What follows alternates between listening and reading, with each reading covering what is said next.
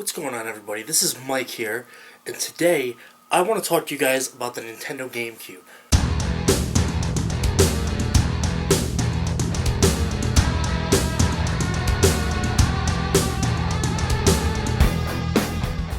Okay, something that really bugs me is that a lot of people say that the Nintendo Gamecube was an awful system, and I don't understand why.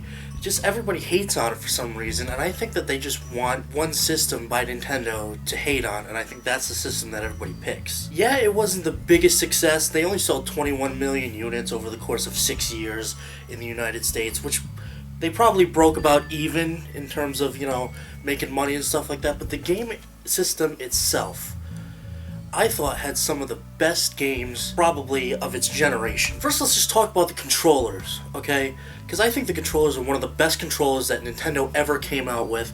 Never mind compared to other systems, because I think that pretty much every other controller was based somewhat, at least, off of some of the GameCube controller's designs. The controller itself is extremely comfortable in your hands, and everything is easily within reach. If you compare it to, the first Xbox controller, where the controller was huge. You need giant's hands to use it. But the GameCube controller was perfect. And I love the use of the C-stick, how they still had the features of up, down, left, right, C, like in the GameCube controller, but used it in a much newer and fresh way that really, gave a lot of new features to the gaming experience using no C control sticks. It's been 13 years since the release of GameCube, and they're still using that same controller design with the Wii U, and I love how they're not making any changes to the controller either. Now, a lot of people say that the graphics weren't that good for the GameCube. I don't get that. If you look at it compared to the Nintendo 64, the polygons and everything like that are so much smoother, and they really cleaned up everything that they had problems with the Nintendo 64, even with the expansion pack. And a lot of people say that the graphics were better than the PlayStation 1. No way! I don't get that. I don't understand why people say that. If you look at the graphics from PlayStation 1, everything's still all blocky and choppy like it was with the Nintendo 64. But if you look at the GameCube, especially with Luigi's Mansion and Super Mario Sunshine, that everything's nice and smooth and it looks great. And specifically with Super Mario Sunshine, you look at the reflections into the water and stuff like that when you're swimming around and all that stuff. It's amazing. It's unbelievable. For the time that it was before they really got into HD quality, I think that this was pretty much the best quality you can come out with. Also, with some of the games, they have literally some of my favorite games. Super Mario Sunshine was literally one of my favorite non-technical Super Mario games. It was really a unique style of Super Mario that was different than every other Super Mario game that has ever been released before that. Also, it was one of the first systems that did not release with a Mario game, having Mario be the main character of the game, which was Luigi's Mansion, which I think was pretty cool. Also, a lot of people say that Super Smash Bros. Melee, or Melee, whatever you want to call it, was probably one of the best Super Smash Bros. Games to date. Also, the GameCube was the introduction to the Metroid Prime series, which is literally my favorite game in the Metroid series. Better than the original Metroid, better than Super Metroid, even though I beat Super Metroid 1,000 times. And my record for beating Super Metroid, 2 hours and 30 minutes. Let's see you beat that. Anyways, so Metroid Prime is literally one of my favorite games in the Metroid series. Never mind number 2. Number 3, we're not talking about that, that's Wii. But number 1 was literally such an innovative way to play the Metroid games and to control Samus Aran and stuff like that I thought it was just amazing. Let's not even get into the Zelda series, because this has so much controversy and it's ridiculous. People say that Wind Waker was the best Zelda game of all time. People say that was the worst Zelda game of all time. Regardless, they thought it was good enough to re-release Wind Waker on Wii U in HD graphics, and either way, I think it's amazing. Let's get to Zelda Twilight Princess, which is the last game released for the GameCube system. Literally, I think it beats out Ocarina of Time. I know, you guys are going to come shoot me down and all that stuff, but I do have to say that I think it's one of the best Zelda games of all time. I think that it takes everything you wish you could do from Ocarina of Time and make it a reality in Twilight Princess.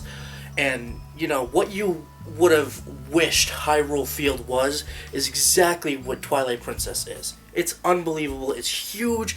It's great. People said that the biggest downfall for some of the controls in Ocarina of Time was that you can only use the bow and arrow on the horse, which, you don't really need anything else on it because you can't really bring the horse anywhere else. But the fact that you can use bombs, you can use your sword, you can use all this other awesome stuff is just great. They also had 4 Mario Party games. It was the introduction of Animal Crossing and Pikmin. It's just unbelievable what games came from the GameCube that are still being put out today. I love how the first colors for the GameCube was the indigo color, which have never been done before. They released a N64 that color, but it was never the primary color was that indigo color, which I think was really cool. And they also released platinum, black, and orange, which I think is just cool how they can create all those different things. And they used that theme for the 3DS. Also, something that was really awesome was in 2001, Sega announced that they would become a third-party company, which is great because that actually gave Sonic to the Nintendo franchise. Yeah, it gave it to the other companies, but Nintendo is now associated with Sonic, which is awesome, because you got Sonic Adventure 2, which is an awesome game. It's one of my favorite Sonic games that has been released after, obviously, the first 3, which, are amazing. But, I just think it's awesome. There's a lot of history behind Sega and Nintendo, and I think during the GameCube phase, when they say the GameCube wasn't selling so good, that they came together and 2 of the biggest rivals became partners. I think that's so cool. So overall, I just want to say that the GameCube isn't as bad as everybody says. I'm sure that you go anywhere and say, hey, what's a good game for GameCube? People name off at least 10 games, and games are wicked expensive and rare. I think GameCube games are some of the most rare games that you can get for the Nintendo company. You got games ranging all the way up to $300-$400 brand new in the box.